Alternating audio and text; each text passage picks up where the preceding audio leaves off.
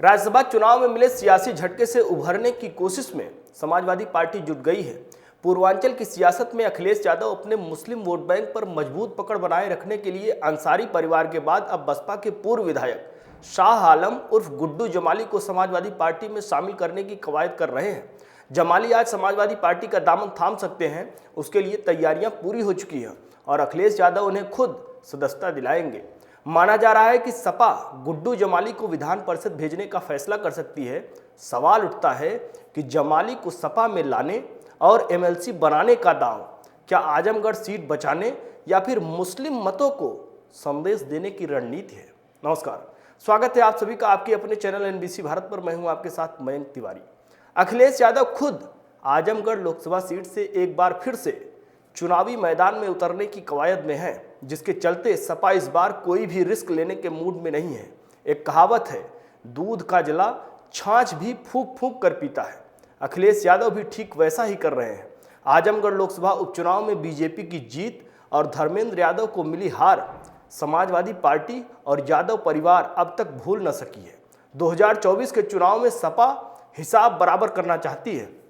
आजमगढ़ उपचुनाव में सपा की हार की वजह शाह आलम उर्फ गुड्डू जमाली का बसपा से चुनावी मैदान में उतरना था। ऐसे में गुड्डू जमाली के जरिए अखिलेश यादव एक तीर से दो शिकार करना चाहते हैं।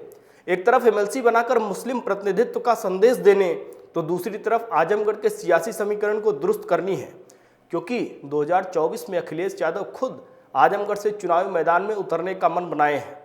ऐसे में समाजवादी पार्टी आजमगढ़ सीट पर किसी तरह का जोखिम नहीं उठाना चाहती।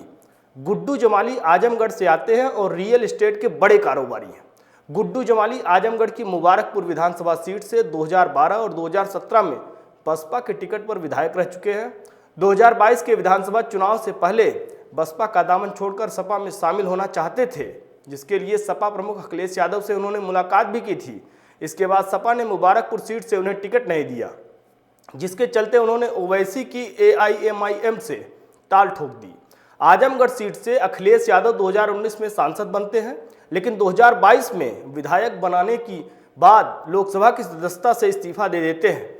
इसके बाद समाजवादी पार्टी ने धर्मेंद्र यादव को आजमगढ़ सीट से उपचुनाव में उतारा, तो बसपा ने गुड्डू जमाली की घर वापसी कर दांव बड़ा खेल दिया, जबकि बीजेपी ने दिलेश राज यादव निरहुआ को प्रत्याशी बनाया। आजमगढ़ सीट पर त्रिकोणीय मुकाबला हुआ। निरहुआ ने धर्मेंद्र यादव को महज 8000 वोटों से हरा दिया।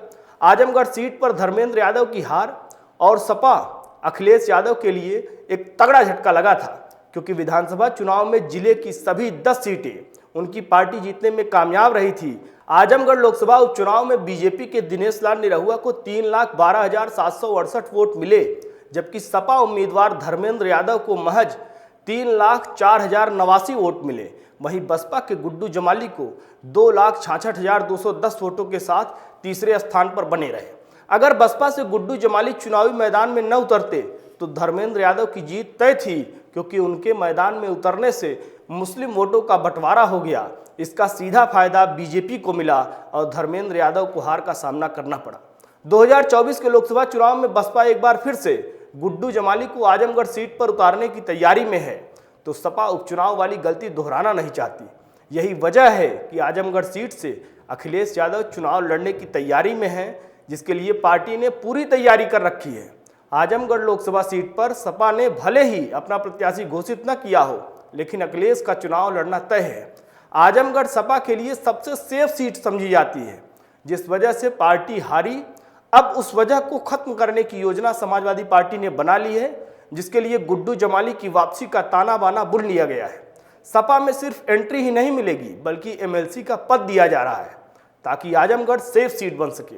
अखिलेश यादव ने गुड्डू जमाली की घर वापसी का फैसला कर लिया है, जिस पर आज यानी बुधवार को मुहर लग जाएगी। अखिलेश से जमाली की बात और मुलाकात दोनों हो चुकी है। गुड्डू जमाली सिर्फ समाजवादी पार्टी में ही नहीं रहे हैं, बल्कि उन्हें एमएलसी बनाने का भी भरोसा दिया गया है। यूपी की 13 विधान परिषद सीट पर चुनाव का ऐलान हो चुका है। सपा एमएलसी में एक मुस्लिम को टिकट देना चाहती है, नहीं तो फिर राज्यसभा चुनाव की तरह अखिलेश यादव के पीडीए को लेकर विवाद बढ़ सकता है।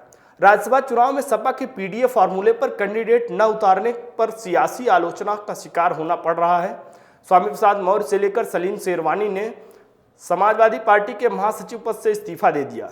स्वामी प्रसाद तो पार्टी भी छोड़कर चले गए और विधायक पल्लवी पटेल ने भी अपनी नाराजगी जाहिर की थी।